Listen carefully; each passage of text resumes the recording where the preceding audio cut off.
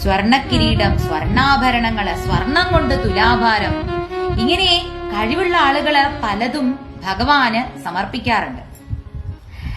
ഭഗവാന് ഇതിന്റെ എന്തെങ്കിലും ആവശ്യമുണ്ടോ? അഖിലാണ്ട കോടി ബ്രഹ്മാണ്ട നാഥൻ ജഗന്നാഥൻ സർവവും ആ കാൽ ചുവട്ടിലിരിക്കണം. ഭഗവാൻ ഇല്ലാത്തതായിട്ട് ഒന്നുമില്ല. ഭഗവാൻ എല്ലാം തികഞ്ഞ ആളാണ്. പക്ഷേ ഇതൊന്നും ഇല്ലെങ്കിലും സാരമില്ല.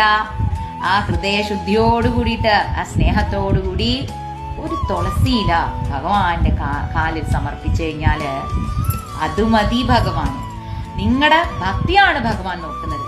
എന്ത് സമർപ്പിക്കുന്നു എന്നുള്ളതല്ല ഭഗവാൻ നോക്കുന്നത്. ആ സമർപ്പിക്കുന്ന ആളുടെ മനസ്സ്, ആ ഹൃദയശുദ്ധി, അതാണ് ഭഗവാൻ നോക്കുന്നത്. അങ്ങനെ ശുദ്ധിയോടുള്ള മനസ്സോടുകൂടി നിങ്ങൾ വെള്ളോ പുഷ്പോ ഫലോ കായോ ഇലയോ എന്ത് സമർപ്പിച്ചാലും ഞാൻ കഴിക്കുമെന്നാണ് ഭഗവത്ഗീതയിലൂടെ ഭഗവാൻ നമുക്ക് പറഞ്ഞു തരുന്നത്. മെറ്റീരിയലിസ്റ്റിക് ആയിട്ടുള്ള ഭോഗ സുഖങ്ങൾ നേടിയെടുക്കാൻ വേണ്ടിയിട്ടുള്ള ഒരു ഉപകരണമായിട്ടല്ല ഈശ്വരനെ കാണേണ്ടത്. ഈശ്വരൻ നമ്മുടെ കൂടെ ഉണ്ടാവണം. ഭഗവാൻ നമ്മളെ സ്നേഹിക്കണം. ഭഗവാൻ നമുക്ക് ഭക്തി തരണം. അനേക കോടി ഭക്തരിൽ ഒരാളായിട്ട് ഭഗവാൻ നമ്മളെ തെരഞ്ഞെടുക്കണം. അതാണ് ഏറ്റവും വലിയ സുഹൃതം എന്ന് പറയുന്നത്. എല്ലാവർക്കും ഭഗവാൻ ഭക്തി നൽകട്ടെ.